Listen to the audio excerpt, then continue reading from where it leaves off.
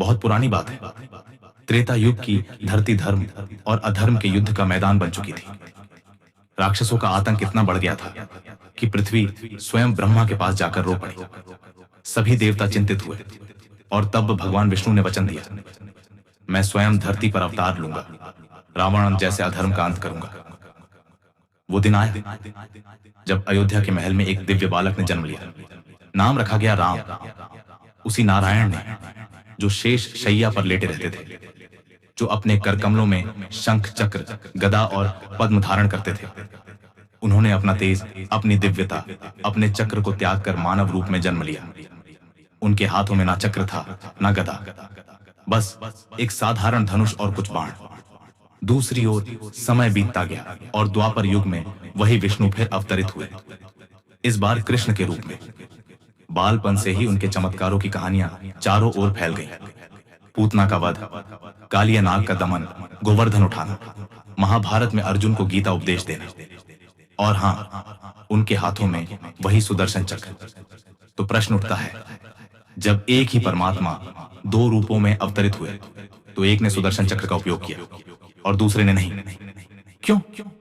इस प्रश्न का उत्तर एक साधु ने अपने शिष्यों को सुनाया, एक कथा के माध्यम से। साधु बोले, सुनो एक कथा, दो भाइयों की, दो रूपों की, राम और कृष्ण की। राम जब धरती पर आए तो वे मर्यादा बनकर आए। उन्होंने तय कर लिया कि वे एक आम मानव की तरह जीवन जिएंगे, दुख सहेंगे, वनवास जाएंगे, पत्नी का वियोग सहेंगे, पर कभी अपने ईश्वरत्व का प्रदर्शन नहीं करेंगे। जब विश्वामित्र ने उन्हें अस्त्र शस्त्र दिए, तब भी उन्होंने उन दिव्य शस्त्रों का उपयोग केवल सीमित समय के लिए किया। एक बार लक्ष्मण ने राम से पूछा, भैया, आपने इतने युद्ध किए, राक्षसों का अंत किया, पर आप कभी सुदर्शन चक्र का उपयोग क्यों नहीं करते? राम मुस्कुराए और बोले, लक्ष्मण, जब मैं मनुष्य रूप में आया हूं तो मुझे मनुष्य की तरह ही लड़ना है। मेरा युद्ध केवल रावण से नहीं, अधर्म से है, और अधर्म से युद्ध में अगर मैं दिव्य चमत्कार दिखाऊं तो मनुष्य क्या सीखेगा? यदि मैं सुदर्शन से रावण का अंत कर दूं तो यह तो कोई भी कर सकता है, लेकिन अगर मैं त्याग, धैर्य और मर्यादा से उसे हराऊं तो वही असली विजय होगी। लक्ष्मण चुप हो गए। उन्हें समझ आ गया कि राम का मार्ग कठिन है, पर उसका उद्देश्य गहरा है। फिर समय बीता, युग बदला, द्वापर युग आया। अब वही नारायण जो त्रेता में मर्यादा बने थे, इस बार लीला पुरुषोत्तम बनकर अवतरित हुए। कृष्ण। कृष्ण का जन्म होते ही जेल के द्वार टूटे, पहरेदार सो गए, नदी रास्ता देने लगे। उनका पूरा जीवन ही चमत्कारों से भरा था। वे जानते थे कि अधर्म अब केवल राक्षसी रूप में नहीं, बल्कि नीति और राजनीति में छिपकर आ गया है। अब रावण की तरह सीधा युद्ध नहीं था, अब शकुनी जैसी चालें थी, कंस जैसी साजिशें थी।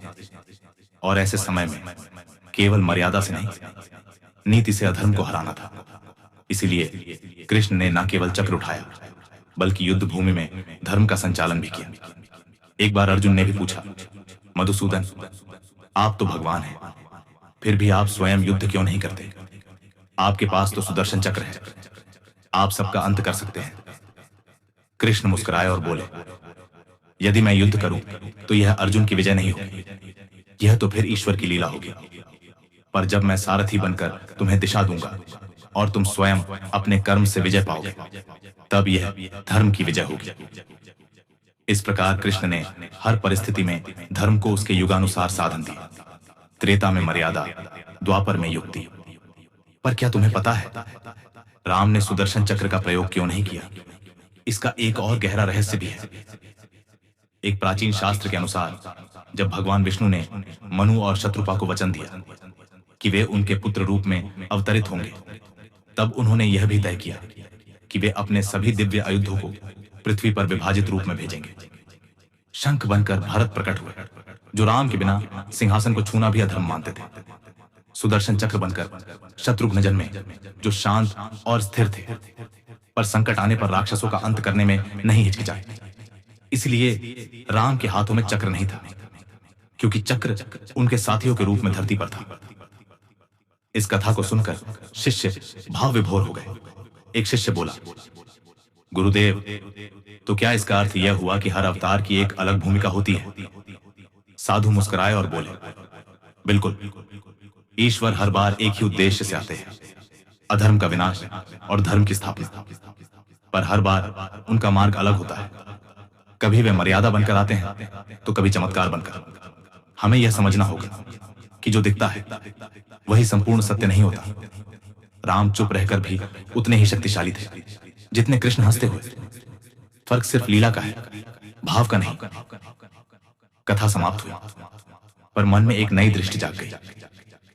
तो जब अगली बार तुम राम और कृष्ण की तुलना करने बैठो तो यह मत देखो कि किसने चमत्कार किया, किसने चक्र उठाया, किसने नीति अपनाई, बल्कि यह सोचो कि उन्होंने क्या सिखाया। एक ने त्याग और मर्यादा सिखाई कि कैसे मनुष्य होकर भी देवता बना जा सकता है। दूसरे ने सिखाया कि जब धर्म खतरे में हो तो केवल अस्त्र नहीं, बुद्धि और नीति भी धर्म का हथियार बनते हैं। राम ने जीवन जीने की कला सिखाई, कृष्ण ने जीवन समझने की दृष्टि दी। अगर आपको यह कथा भावनात्मक और ज्ञानवर्धक लगी हो तो इसे अपने अपनों के साथ जरूर साझा करें। ऐसी ही और आध्यात्मिक और प्रेरक कथाओं के लिए हमारे साथ जुड़ते रहें। हमें सब्सक्राइब करें। आपकी एक प्रतिक्रिया, एक शेयर किसी और के जीवन में एक प्रकाश की किरण बन सकती है। धन्यवाद।